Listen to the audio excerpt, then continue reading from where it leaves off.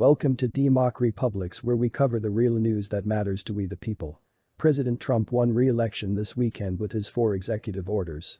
Tom Luongo from Gold, Goats, and Guns blog said that we haven't even reached the DNC convention in Milwaukee, and it looks to me like this election season is over. I know the polls keep trying to convince me that Joe Biden, most likely suffering from dementia, is leading President Trump, but I just don't buy it. And neither do the Democrats. Because if they did, they wouldn't be so desperate to push through unlimited mail-in voting as their political hill to die on. And die on it they have. Speaker Nancy Pelosi held up a new round of stimulus legislation over this issue. The massive gap between the GOP and DNC proposals highlight only part of the political divide between the two sides. The real divide was in enshrining in law the kind of mail-in voting which would ensure near unlimited cheating and ballot harvesting, which would give the Democrats their best chance at winning the election. Pelosi thought she had Trump cornered on this because he had to cave to spend that $1.7 trillion he's already collected through Treasury auctions, which proved the big lie that the dollar is about to die false. But all he had to do was make payroll tax irrelevant for a majority of taxpayers in this country. Go over those executive orders he signed. And each one attacks a core position the Democrats carve out for themselves in the public discourse. 1. Defer payroll tax collection. Here Trump is doing at least 2 things. First, he's a Republican lowering taxes on the poor and middle class. Second, he lowers the cost of U.S. labor, cuts away red tape, and makes it easier for businesses in a cash flow crunch to stay open, not having to worry about paying monthly quarterly tax payments. This attacks a core Democrat talking point: Republicans don't care about the little guy, we do. 2. Extend student loan deferments. This is one step closer to debt jubilee on debt that, again, freezes people in place, dealing with debt servicing, rather than creating demand in the real economy for goods and services. This also attacks the banks who made these predatory loans, which most student loan debt is, which undermines the Occupy Wall Street talking point that all the money goes to the banks. 3. Extend renter and mortgage eviction moratorium. Again, Trump hits the banks where they live by stopping the eviction of people whose income the federal and state governments destroyed with their COVID-19 lockdown orders. This is a direct attack on the DNC's plan to see the banks throwing millions of people out of their homes during the height of the election campaign. Restates the argument that the GOP is only for the rich vulture capitalists. 4. Lower and extend unemployment assistance. Trump's no dummy. At this point the budget deficit is ludicrous. Lowering the assistance through the election season, again, says he's helping and they are obstructing. It's not perfect, but it extends the fiscal cliff people are facing until after the election, allowing him to make more sweeping changes to the tax code while keeping people in their homes, fed and capable of maintaining some semblance of normality. Trump claims the "I care about you" moral high ground. The only thing the Democrats could do in response was fulminate about funding Social Security. But that's an irrelevant argument to anyone other than boomers who aren't paying into the system anyway. Their checks are coming and will continue to come. High unemployment only makes Social Security's future less secure. The people out of work aren't contributing to Social Security now anyway. If you want to get the economy back on its feet, you have to let the money circulate.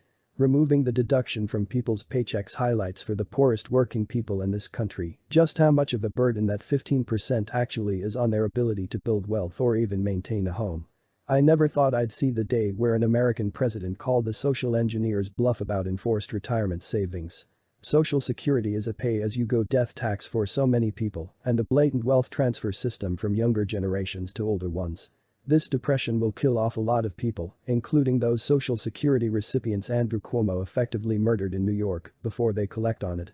When coupled with inflationary fiat funny money, it is an egregiously and ingeniously abusive system which ensures the lower and middle classes never get off the hamster wheel, no less get out of the cage it's in. And it needs to end, at least in its current form. Between Social Security and abortion, they've been the 2 biggest shibboleths in American politics for the past 50 years. Only one of them is relevant this time around because Trump just made it one. Trump threatened during the press conference to make the payroll tax exemption permanent if re-elected, as well as revamp the capital gains tax. He understands, better than anyone, how difficult it is to build wealth while paying off debt. Social Security, in its purest form, is a 12.4% interest payment on your labor before you even begin working. It's a bureaucratic nightmare and robs people of the choice as to how to deploy their capital at the earliest stages of their careers.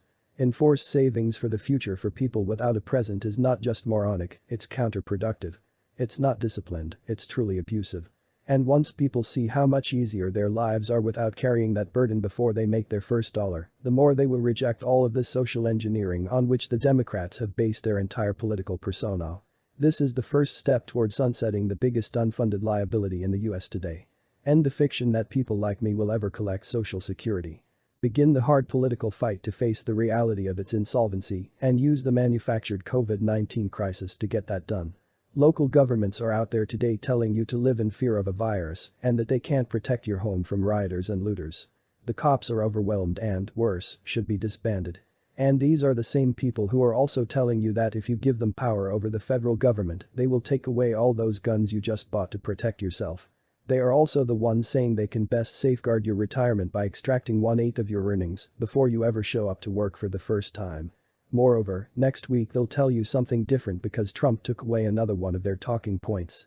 With these executive orders, regardless of their legality at this point, Trump is single-handedly changing the entire narrative on which the federal government is premised.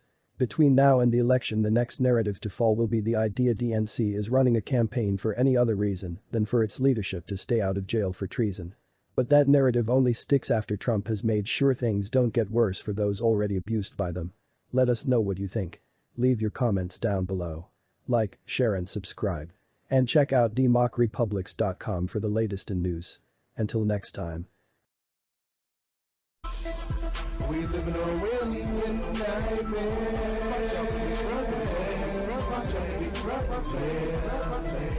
We live in a Orwellian nightmare.